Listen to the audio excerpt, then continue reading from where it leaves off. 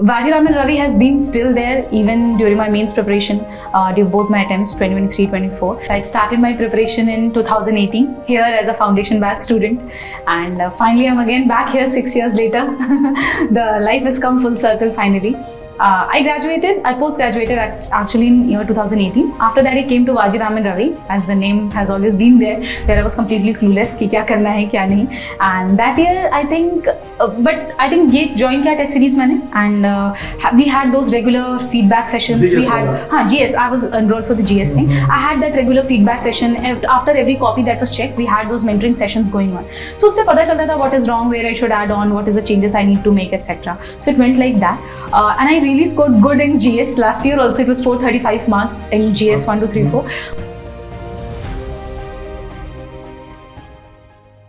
Hello everyone, मेरा नाम कनिका अनब है और इस साल के इंडियन फॉरेस्ट सर्विस एग्जामिनेशंस में मुझे फर्स्ट रैंक मिला है। और यहाँ पर इस वीडियो के थ्रू मैं अपना ज़ूलॉजी का स्ट्रैटेजी शेयर करना चाहूँगी for my examinations, mains exams. तो ये जो मेरा ऑप्शनल था zoology, this was common with respect to civil services mains also. तो इसका प्रेपरेशन ऑफ कोर्स मैं पिछले 3-4 सालों से कर रही हूँ एक तरीके से। तो ये ऐसा नहीं है कि ये लास्ट के 1.5 या 2 मंथ्स की स्ट्रैटेजी है, ये लंबी स्ट्रैटेजी है फॉर ओवर 3 to 4 years जो मैंने फॉलो की। और इनफैक्ट कुछ नोट्स मेरे कॉलेज वगैरह के टाइम के भी हैं जो मैंने यूज़ किए थे। तो बट मैं ब्रीफली बताऊंगी कि मैंने क्या किया था। So again coming to zoology syllabus, अगर आप देखें तो देयर आर 2 पेपर्स। पेपर 1 का जो पार्ट ए है, that is completely again the soul of zoology जिसको आप कहते हैं, जो कॉर्डेटा और नॉन कॉर्डेटा वाला पार्ट होता है, that is what is there in paper A। इसका जो फिर पार्ट बी जो होता है, इसमें आपने देखा होगा कि आपका इकोलॉजी है, आपका इथोलॉजी है, इकोनॉमिक ज़ूलॉजी है, बायोस्टैटिस्टिक्स है और इंस्ट्रूमेंटेशन है। So this is largely the syllabus for it. तो अगर आप सोर्सेस की बात करें जो मैंने रेफर किए थे, तो फॉर पार्ट ए जो नॉन कॉर्डेटा कॉर्डेटा है, इसके लिए मैंने सिंपली कोतपाल रेफर किया था। I think that is more than sufficient. वो खुद में ही इतना बड़ा टास्क है, इतने सारे डिटेल्स को याद रखना और इतना कुछ करना, डायग्राम्स वगैरह देखना। मैंने लार्जली मेरा सोर्स कोतपाल ही रहा है। लेकिन in my third attempt overall मैंने इवोल्यूशन क्लासेस से ज़ूलॉजी का ऑनलाइन कोर्स ले लिया था। तो वहां पर क्या है कि काफी सारे टॉपिक्स का थोड़ा सा सिंप्लीफाइड एक्सप्लेनेशन मुझे मिला, और इवन सिंप्लीफाइड डायग्राम्स। एक्चुअली उस बुक में कई जगह पर ऐसे डायग्राम्स हैं जो थोड़े कॉम्प्लेक्स हैं, और वो बनाना इन दैट 7 to 10 मिनट्स का जो टाइम रहता है हमारे पास, इट बिकम्स वेरी डिफिकल्ट कि आप वो वैसा डायग्राम बना पाएं। तो वो थोड़े सिंप्लीफाइड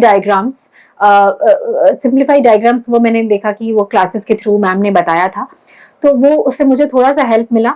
ऑल्सो कि क्या लिखना है, कितना लिखना है, उस चीज़ का भी थोड़ा सा हेल्प मिला, बिकॉज थोड़ा सा ओवरवेलमिंग हो सकता है, बहुत ह्यूज होते हैं वो बुक्स। तो मैंने कोतपाल रेफर किया था 90%, एंड थोड़ा सा to get more guidance to simplify my diagrams etcetera, मैंने इवोल्यूशन का सिलेक्टिवली कुछ क्लासेस देखी थी इसमें for non chordata and chordata. For ecology I had referred to the book by P.D. Sharma sir। उस बुक से मैंने कुछ नोट्स बनाए थे। मैंने ऐसे आप पर्टिकुलरली कोई बुक से नहीं भी रेफर करें, बेसिक कुछ एनवायरनमेंट वाली बुक से करें तो भी शायद काम हो जाए, बट आई वांटेड कि थोड़ा सा टेक्निकल एस्पेक्ट ज़्यादा हो आंसर्स में, तो वो मैंने अच्छे से रेफर किया था पी डी शर्मा सर की बुक से। और कुछ चीज़ें जैसे कि let's say community ecology, population ecology, या फिर आपका सक्सेशन वगैरह के डिफरेंट स्टेजेस जो रहते हैं, उसमें बहुत अच्छे से तरीके से एक्सप्लेन्ड हैं, कुछ अच्छे डायग्राम्स हैं, एग्जाम्पल्स हैं स्पीसीज के, तो वो मैंने उस बुक से किया था। और ये ऐसा चीज़ है जहाँ पर आप थोड़ा बहुत गूगल भी कर सकते हैं, आपको थोड़े से वैल्यू एडिशन पॉइंट्स भी मिल सकते हैं गूगल करके, या मे भी कोई अच्छा डायग्राम मिल सकता है आपको। दिस इज वन एस्पेक्ट जहाँ पर आप थोड़े से करंट अफेयर्स ऐड कर सकते हैं, लेट्स से ग्लोबल वार्मिंग, क्लाइमेट चेंज पूछा जा रहा है, तो वो सब चीज़ आप कर सकते हैं। बट लार्जली मैंने पी डी शर्मा सर की बुक से रेफर किया था। इथोलॉजी मैंने रीना माथुर मैम की बुक रेफर की थी। It's a thin book and not all parts are important. Similarly for P D Sharma sir also, ऐसा नहीं कि मैंने पूरी किताब पढ़ी थी, कोतपाल वगैरह में भी पूरी किताब नहीं पढ़नी होती है। जैसा सिलेबस आपका है, जो सिलेबस के टॉपिक्स हैं उसको आप खोल कर बैठिए, एंड बिल्कुल पॉइंट टू पॉइंट सिलेबस के टॉपिक टू टॉपिक आप रेफर करिए बुक से। तो इथोलॉजी में भी मैंने वही किया। वो बुक में कुछ बहुत अच्छे, बहुत इंटरेस्टिंग एग्जाम्पल्स दिए हुए हैं जो कि फॉलो कर सकते, जो कि आप आंसर में लिख सकते हैं, जिससे आपका आंसर थोड़ा इंटरेस्टिंग बन सकता है। तो मैंने वो यूज किया था। कुछ इंटरेस्टिंग कॉन्सेप्ट्स हैं, कुछ इंटरेस्टिंग ग्राफ्स हैं उस बुक में, तो मैंने उसको यूज करने की कोशिश की थी इसमें। इसके बाद फिर इकोनॉमिक ज़ूलॉजी आता है। इसके लिए मैंने अलग से कोई बुक नहीं यूज किया था, मैंने जो इवोल्यूशन का मटेरियल है मैंने वो यूज किया था, और थोड़ा बहुत कुछ गूगल किया, कुछ एक दो वीडियोस वगैरह देखे थे, तो उसके थ्रू मैंने ऐड किया था। अगेन इकोनॉमिक ज़ूलॉजी भी एक ऐसा पार्ट है जहां पर आप करंट अफेयर्स ऐड कर सकते हैं थोड़ा सा। लेट्स से अभी एपीकल्चर में क्या चल रहा है, लेट्स से सेरिकल्चर में क्या चल रहा है, थोड़ा सा स्कोप है। Also when it comes to diseases, tuberculosis, malaria, तो आप थोड़ा सा वैल्यू ऐड कर सकते हैं। लेट्स से निक्षय पोर्टल आया है टीबी का, मलेरिया का जो एलिमिनेशन का हमारा गोल है, तो ये सब आप थोड़ा सा ऐड कर सकते हैं कि एक थोड़ा सा एक वो भी डाले। Of course majority of the answer needs to be technical, but may be in the introduction और कंक्लूजन वो थोड़ा सा करंट अफेयर्स आप ऐड कर सकते हैं फॉर मोर वैल्यू। तो ये आपका इकोनॉमिक ज़ूलॉजी हो गया। इसके बाद bio instrumentation and statistics, I think ये दो पार्ट्स मैंने लार्जली गूगल करके ही कवर किए हैं। कुछ वेबसाइट्स है, let's say study and score या आपका आईएएस ज़ूलॉजी, इस तरह के वेबसाइट्स हैं, इन पे ये अवेलेबल था। बाद में क्योंकि मैंने ये जो इवोल्यूशन का कोर्स लिया था मैंने अपने 3rd अटेम्प्ट में लिया था, तो मैंने उस टाइम पर थोड़ा बहुत उसके मटेरियल से रेफर किया था और कोशिश की थी अगर वैल्यू ऐड हो रहा है कुछ तो मैंने वैल्यू ऐड करने की कोशिश की थी। मैंने इसके क्लासेस नहीं अटेंड किए थे इनमें से किसी भी सब्जेक्ट के। तो मैंने ये स्टेप्स मैंने लिए थे टू कवर ज़ूलॉजी का पेपर 1 जो आपका हो गया पूरा, ये पेपर 1 कवर कर देता है। इसके अलावा आपके जो प्रीवियस ईयर क्वेश्चन है इसमें बहुत इंपॉर्टेंट है, और आपने देखा होगा कि काफी रेपिटेशन होता है इसमें। डायरेक्ट क्वेश्चंस आते हैं आपके, लेट्स से अगर आपका सिलेबस का टॉपिक है सिलोम, तो क्वेश्चन आएगा what is coelom and different types of coelom, और यही क्वेश्चन साल दर साल रिपीट होता है। इसमें आपका ज़ूलॉजी का जो कंसर्न है दैट इज नॉट अनप्रेडिक्टेबिलिटी, इसमें आपका कंसर्न होता है to remember all that you have read and to be able to customise your answer as per the marks requirement. Let's say कोई 10 मार्क का क्वेश्चन हो सकता है सिलोम पे, कोई 20 मार्क का क्वेश्चन भी होता है सिलोम पे, तो आपको तब कितना लिखना है कितना नहीं लिखना है कि आपका पेपर भी फिनिश हो रहा है, आपके इनफ डिटेल्स भी हैं। So that is the most challenging aspect apart from finishing the syllabus in itself which is very huge. I accept कि मेरा क्योंकि बहुत लंबा नोट्स था और प्रेपरेशन था तो मुझे हेल्प मिला, but otherwise it can be very challenging for somebody जिसने अभी प्रेपरेशन के लिए ही ये सब्जेक्ट को नया नया उठाया है। So this is for paper 1। Paper 2 में अगर आ जाए, so paper 2 is like the more modern biology version. Paper 2 में आपके जो एस्पेक्ट्स हैं दैट इज पार्ट ए में अगर आप देखें तो cell biology, molecular biology, genetics है, इवोल्यूशन है, सिस्टमैटिक्स है, तो ये सारा कुछ आपका पार्ट ए में कवर्ड है। और पार्ट बी में अगर आप देखें तो आपका फिजियोलॉजी है, बायोकेमिस्ट्री है और डेवलपमेंटल बायोलॉजी है। ये पार्ट्स आपके पूरे पेपर 2 में है। अब इसमें मैंने क्या किया था, अगेन ये मुझे अपने ग्रेजुएशन और पोस्ट ग्रेजुएशन का एडवांटेज मिला था। इसमें कुछ जो ऐसे सब्जेक्ट्स हैं, let's say cell and molecular biology, genetics, physiology, biochemistry, इसमें काफी सारे मेरे नोट्स जो थे वो पोस्ट ग्रेजुएशन के टाइम के थे, बट वो काफी ऑब्जेक्टिव पॉइंट ऑफ व्यू से उसमें बस फैक्ट्स लिखे हुए थे जो मैंने बुक से, लेनिंजर से पढ़ा है, व्हाइट एंड व्हाइट से पढ़ा है, टोटोरा से पढ़ा है, तो मैंने उस तरीके से लिखा हुआ था। But that was not completely suited to the way in which note should be made for civil services, क्योंकि यहाँ पर आपको सब्जेक्टिव आंसर्स लिखने हैं, तो थोड़ा सा वो इंट्रोडक्शन, बॉडी में क्या क्या लिखना है, क्या क्वेश्चंस आ रहे हैं, उसके हिसाब से आपके नोट्स होने चाहिए। तो मेरे पास एक बेसिक मटेरियल था, मैंने उसी को ट्वीक करके उसमें कुछ एक्स्ट्रा ऐड करके, कुछ इवोल्यूशन के मटेरियल को यूज करके कुछ एक्स्ट्रा ऐड किया है, गूगल करके कुछ ऐड किया है, वो सब ऐड कर करके उसको एक सॉर्ट ऑफ स्ट्रक्चर देने की कोशिश की थी कि अच्छा ये इस तरीके से ये लिख सकते हैं इन आंसर्स में। तो मेरा यहाँ पर चैलेंज ज्यादा ये नहीं था कि मुझे नया कंटेंट पढ़ना है, कुछ कंप्लीटली नए कॉन्सेप्ट्स को समझना है, बट चैलेंज था कि जो ऑलरेडी पता है, जो ऑलरेडी नोट्स में है, फर्स्ट अटेम्प्ट में मुझे लगा था कि जो नोट्स तो है ही मेरे पास, दैट इज इनफ, बट वो एग्जाम देके मुझे लगा कि no, that's not enough and we need to have our notes in the format in which we write answers in the actual examination. So that is something जो कि मुझे इस बार में realize हुआ और मैंने इस बार ये थोड़ा सा कोशिश किया था. और कुछ एस्पेक्ट्स मुझे डिफिकल्ट लगते हैं हमेशा से, जैसे when it comes to translation, prokaryotic eukaryotic, मुझे हमेशा वो डिफिकल्ट टॉपिक लगता है. तो वो सब के लिए मैंने थोड़ा सा वीडियोस रेफर किए थे, इवोल्यूशन के जो मेरे क्लासेस थे. तो बट लार्जली मैंने इवोल्यूशन के क्लासेस का जो आपके हैंडआउट्स होते हैं उसका सबसे ज्यादा यूज किया. कुछ पर्टिकुलर टॉपिक्स जहां पर मुझे कोई क्लियर कंटेंट नहीं मिलता था, जहां पर मुझे कोई कॉन्सेप्ट समझने में दिक्कत हो रही है, तो मैं सिलेक्टिवली मैंने वीडियोस देखे थे. ऑल्सो बिकॉज मेरे पास टाइम काफी कम था, बिकॉज मुझे वो सिविल सर्विसेज के टाइम पे ही मैंने मेनली जुअलॉजी प्रिपेयर किया था. तो in those 3 months I had tried to take these classes. तो मैं पूरा कोर्स शुरू से अंत तक नहीं कर सकती थी. बट अगर आपको लग रहा है कि आपके पास आपको कॉन्सेप्ट्स बिल्ड करना है, आपको कुछ नया सीखना है, आपके पास बेसिक नोट्स नहीं है, तब मैं सजेस्ट करूंगी कि आप वो 3 महीनों में नहीं, बट आप पहले ही कोई कोर्स ले लीजिए जुअलॉजी का, और आप तभी से आप जो नोट्स वगैरह जो आप हैं उसके थ्रू आप प्रिपेयर करें. एक और ऑप्शन हो सकता है कि आप कोचिंग ना लेना चाहें. वैसे में there are some topper notes that are available. Kajal Chawla ma'am के नोट्स अवेलेबल हैं, रैंक 28 थी वो आई थिंक 2018 में. अनुराग मिश्रा सर के नोट्स अवेलेबल हैं, he was rank 6 in IFOS. So इनके नोट्स काफ़ी कॉम्प्रिहेंसिव हैं, फ्रीली अवेलेबल हैं ऑनलाइन.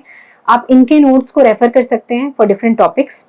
अगर आपको कुछ नहीं मिल रहा है इजीली गूगल करके या स्टैंडर्ड टेक्स्ट बुक्स में, तो उन टॉपिक्स को आप स्लाइड शेयर वगैरह पर भी रेफर कर सकते हैं. बहुत सारे टॉपिक्स के आपको स्लाइड शेयर पे प्रेजेंटेशंस मिल जाते हैं, and largely for exam perspective that is sufficient to write in a particular answer. तो इसके लिए मैं अगर आप एक बार फिर से बुक्स अगर बता दूं, तो मैंने सेल बायोलॉजी के लिए मैंने कॉलेज के टाइम पे मैंने कार्प, कूपर, ये सब बुक्स रेफर किया था. तो उसी से जो नोट्स बने थे, वॉटसन से जो नोट्स बने थे, वो मेरे पास थे. इसके बाद जेनेटिक्स के लिए मैंने क्लग एंड कमिंग्स यूज किया था. कुछ टॉपिक्स के लिए शायद मैंने वो रसल वाली बुक भी यूज की थी, but largely it was Klug and Cummings. फिर आपका इवोल्यूशन के लिए मैंने वीर बाला रस्तोगी मैम की एक बुक आती है, वो रेफर की थी. सिस्टमैटिक्स के लिए काजल चावला मैम की आई थिंक कुछ 5-6 पेजेस के नोट्स हैं, that's it, nothing more. And for physiology, I refer to Tortora. For biochemistry, I had notes from Leninger and Voigt and Voigt. And for developmental biology, मैंने evolution का material largely use किया था. इसके मेरे पास ज़्यादा notes थे नहीं. थोड़े बहुत topics के जो notes थे, नेट वगैरह के टाइम पे, कॉलेज के टाइम पे, वो मैंने रेफर किया था. अपार्ट फ्रॉम इवोल्यूशन के जो मेरे नोट्स जो वहाँ पर से मिले थे. That dev bio is one topic I used to struggle a lot with, I still struggle a lot with.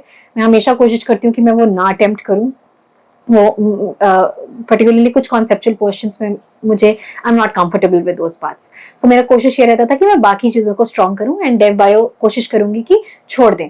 But आप कंप्लीटली कोई भी एक टॉपिक को नहीं छोड़ सकते हैं, बिकॉज क्वेश्चंस बहुत बार ऐसे होते हैं कि कंपलसरी पार्ट में भी आ जाते हैं, और कभी कभी ऐसा होगा कि तीनों ही जो आपके ऑप्शंस हैं एक पर्टिकुलर पार्ट के, तीनों में ही उस चैप्टर के क्वेश्चंस रहेंगे.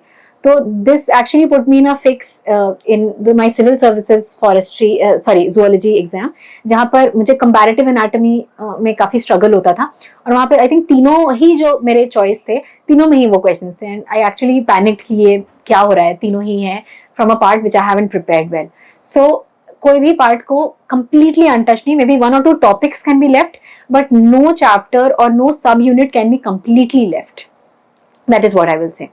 एंड अपार्ट फ्रॉम दिस, ये तो आपने पढ़ लिया, आपने नोट्स प्रिपेयर कर लिए, आपको कोचिंग लेना है, आपको कोचिंग नहीं लेना है, दैट इज योर डिसीजन. मुझे पर्सनली फील हुआ था कि इवोल्यूशन के क्लासेस से मेरे कॉन्सेप्ट्स थोड़े इम्प्रूव हुए थे. मुझे काफ़ी कुछ मटेरियल जो कि मुझे ढूंढना पड़ता यहाँ वहाँ, वो मुझे ईजिली मिल गया. तो मुझे इन चीज़ों का थोड़ा बेनिफिट हुआ था, but it is absolutely doable. A lot of people have done it without coaching classes as well. And the last thing I would say is about writing practice in zoology. तो यहाँ पर आप कोशिश, best thing to practice answer writing is previous year questions. I will not suggest कि आप कोई particular test series लीजिए. One thing is that कि जो कोचिंग वाले रहते हैं वो जनरली कुछ काफी स्पेसिफिक क्वेश्चंस पूछ देते हैं, या फिर कुछ ऐसे questions which may not be very relevant to the actual exam. तो आप दैट इज योर डिसीजन, आप टेस्ट सीरीज लेना चाहते हैं या नहीं। आप प्रीवियस ईयर क्वेश्चंस को ही अगर आप प्रैक्टिस करें, and if there is some mechanism जिसमें आप प्रीवियस ईयर क्वेश्चंस लिखें और आप भेज सकते हैं, वो इवैल्यूएट हो सकता है, तो that is wonderful, that is the best option, जहां पर आपको प्रीवियस ईयर क्वेश्चंस लिखकर ही इवैल्यूएशन मिल रहा है।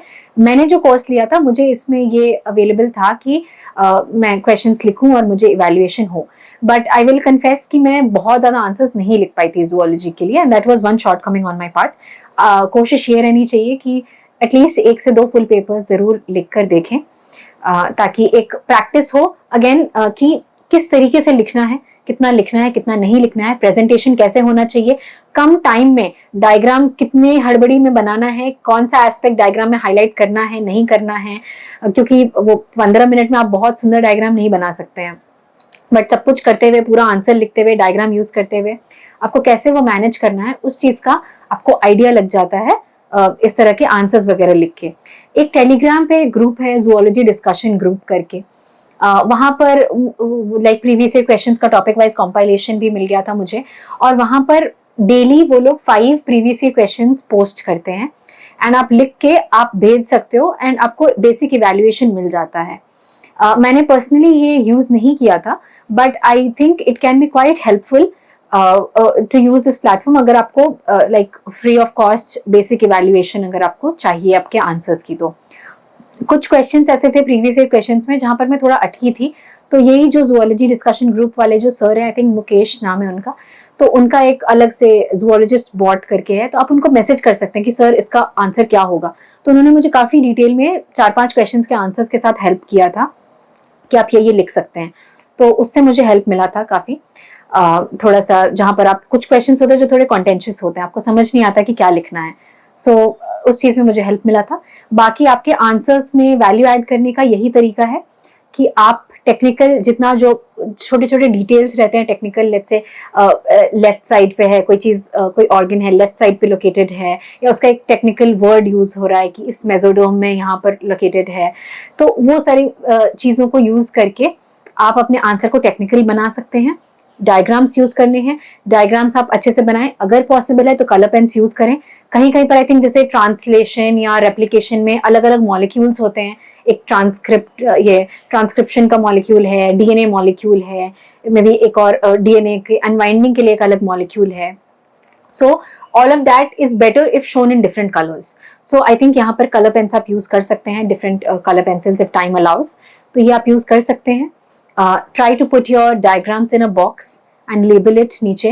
लेबलिंग कभी भी मिस नहीं करनी है नीचे डायग्राम की, और अगर टाइम की कमी हो रही है तो you can skip the writing part wherever possible and rely majorly on the diagrams, अगर आप बिल्कुल लग रहा है कि पेपर छूट रहा है, because if there is a choice I think the examiner would prefer to see the diagram जिसमें आपने कुछ कुछ एक्सप्लेन कर दिया है, rather than seeing only the explanation part of it. So this should be the overall strategy. And I think that's it from my side. All the best and thank you.